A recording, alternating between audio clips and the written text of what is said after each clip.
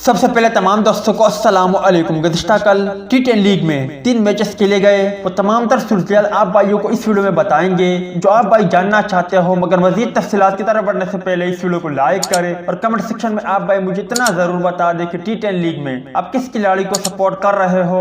इस हवाले से कमेंट सेक्शन आपके कमेंट्स का मंतजर रहेगा। अगर टी10 लीग में पहले मैच की बात करें जो कि गुज़िश्ता कल खेला गया, उसमें लाहौर कलंदर ने शानदार कामयाबी हासिल कर ली। टीम अबू धाबी ने मुकर्ररा 10 ओवर्स में 5 विकेटों के नुकसान पर 100 रन बनाए। पॉल स्टरिंग 29, जोए क्लार्क 34 और बेन डकेट 15 रन बनाकर नुमाया थे। सोहेल तनवीर की बात करें तो उन्होंने 2 ओवर में 22 रन दिए, जबकि शाद खान आफरीदी की दबंग एंट्री टी10 लीग में हमें देखने को मिली। उन्होंने 2 ओवर किए, 16 रन दिए और शानदार 2 खिलाड़ियों को आउट किया। जवाब में कलंदर की टीम ने 9 विकेटों से फतह हासिल की। टॉम बेंटन 30, जबकि शर्जील खान ने जारहाना नॉट आउट 40 रन बनाए, 21 गेंदों का सामना किया, 6 चौके और 1 छक्का लगाया, जबकि सुहेल अख्तर 2 चौकों और 1 छक्के की मदद से 27 रन बनाने में कामयाब रहे। दूसरे मैच में बंगला टाइगर ने कामयाबी हासिल की। मराठा ने मुकर्ररा 10 ओवर में 103 रन बनाए बगैर किसी नुकसान के। अगर मोहम्मद हफीज की बात करें तो उन्होंने इंतहाई शानदार जारहाना और जिम्मेदाराना बल्लेबाजी का मुजाहिरा किया।